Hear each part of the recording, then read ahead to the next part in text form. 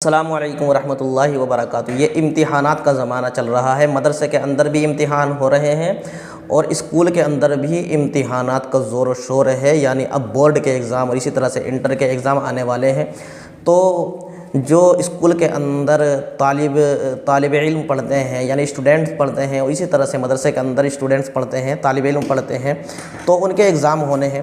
تو وہ یہ معلوم کرتے ہیں کہ کوئی ایگزام کی کوئی دعا ہو یا کوئی ایسا وظیفہ ہو کہ جس کو ہم پڑھیں اور اس کے پڑھنے سے ہمارے اچھے نمبر آئیں، کوئی ایسا وظیفہ بتا دیجیے۔ تو اس ویڈیو کے اندر میں ایک ایسا وظیفہ بتلانے جا رہا ہوں جو انتہائی مجرب بھی ہے، اور آپ اس کو پڑھیں گے تو انشاءاللہ اس کے پڑھنے سے آپ کے نمبر بھی بہت اچھے آئیں گے۔ اگر آپ چینل پہ نئے ہوں تو چینل کو سبسکرائب، ویڈیو کو لائک اور شیئر ضرور کیا کریں۔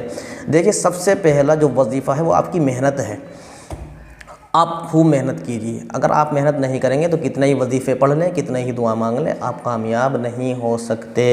جب آپ نے یاد ہی نہیں کیا، کچھ یاد ہی نہیں کرا، تو کیا لکھ کر آئیں گے؟ تو کیا وظیفہ کام کرے گا، کیا دعا کام کرے گی؟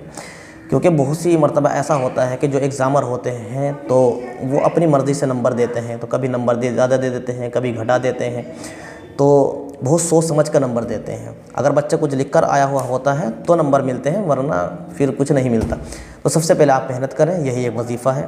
دوسرا یہ کہ آپ اللہ سے دعا بھی مانگیں۔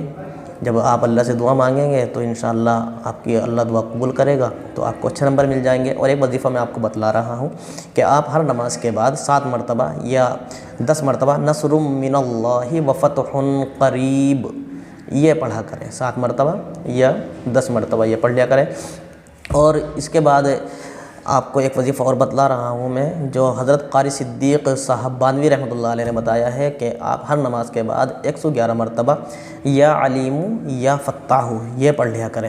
یہ 2 وظیفہ ہو گئے۔ اور ایک تیسرا وظیفہ میں آپ کو بتلا رہا ہوں کہ جب آپ امتحان میں جائیں، یعنی جس جگہ پر امتحان ہونا ہے آپ کا، جب آپ وہاں جا کر بیٹھ جائیں اور آپ کو پرچہ مل جائے، یعنی جو امتحانات کا پرچہ آیا ہے، جو پیپر آیا ہے، وہ آپ کے ہاتھ میں آ جائیں، تو آپ اس کو پڑھنے سے پہلے آپ اپنی مٹھی کو اس طرح سے لیں، اور پھر جو سورہ مریم کی پہلی آیت ہے، کاف ہا یا عین صاد، یہ 5 حرف ہیں، تو آپ اس طرح سے پڑھیں کہ آپ پہلے کہیں گے کاف، تو آپ اپنی مٹھی کو اس طرح بند کریں گے، ایک انگلی بند کر لیں گے، کاف، پھر ہا یہ والی انگلی بند کر دیں گے، عین صاد، یہ اس طرح سے جو ہے کاف ہا یا عین صاد، اس طرح سے یہ 5 حرف ہیں، اس طرح سے جو ہے مٹھی بند کر لیں گے۔ اور مٹھی کو بند کرنے کے بعد آپ جو ہے کفیت یہ پڑھیں گے کہ میرے لیے کافی کر دیا گیا۔